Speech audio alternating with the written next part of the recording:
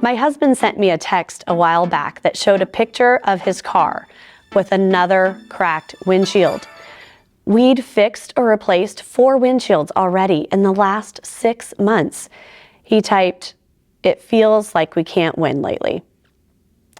Have you ever felt that way? Hi, I'm Shannon Lenz, and we're going to look at what it means to win today over discouragement. I knew what he meant. I read his text while I was cleaning up water that had leaked from the bottom of my coffee maker. I didn't want to spend the money on a new one, so I tried to fix it myself. No such luck. In the grand scheme of things, these are little problems to be sure, but it felt like a metaphor for our lives lately. Just when we get in a groove, just when we start to get ahead instead of just getting by, another rock hits the windshield, or we have yet another leaky mess to clean up. I start to wonder, what's going to hit us next? How bad will it be? How expensive will it be? Whatever it is, will we be able to handle it? If I'm not quick to nip this kind of thinking in the bud, I end up feeling anxious and discouraged.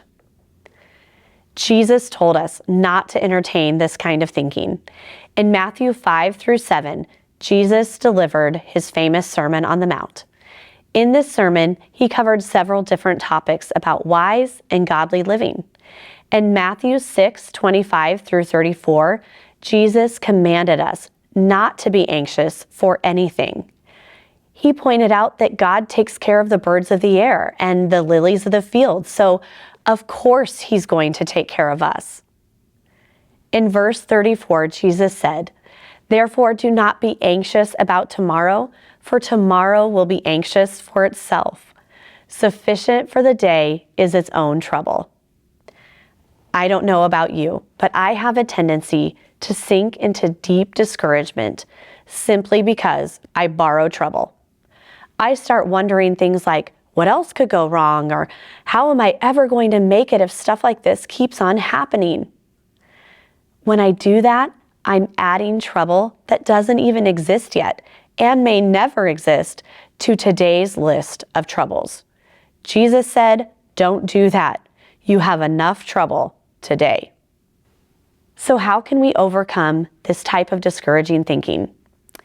By living one day at a time, trusting God for everything we need every step of the way. You see, that's how God has always asked his people to live. In the Sermon on the Mount, when Jesus taught us how to pray, he didn't tell us to pray for a stockpile of bread. He told us to say, "Give us this day our daily bread." Back in Exodus, when God was leading the Israelites out of slavery in Egypt, they got frustrated about their lack of food. Their discouragement led to complaining and grumbling, but God had a plan to provide for them.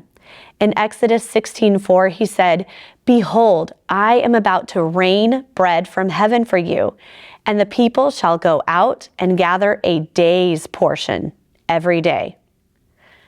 God provided for them one day at a time. I know that many of you are dealing with much bigger problems than cracked windshields and leaky coffee pots. But regardless of what you are facing, today's problems are enough. Don't add extra discouragement by borrowing tomorrow's troubles and trying to tackle them today. So here's today's challenge. Make a list with 2 columns. On the first column, write today's troubles. In the next column, write tomorrow's troubles. Then put all of your worries, fears, and problems that are on your heart and mind today in the appropriate column. Finally, take a deep breath, pray about today's troubles, and trust that God will get you through. Don't worry about tomorrow's troubles just yet.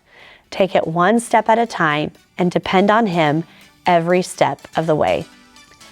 Now take heart, trust in the Lord, and go win today.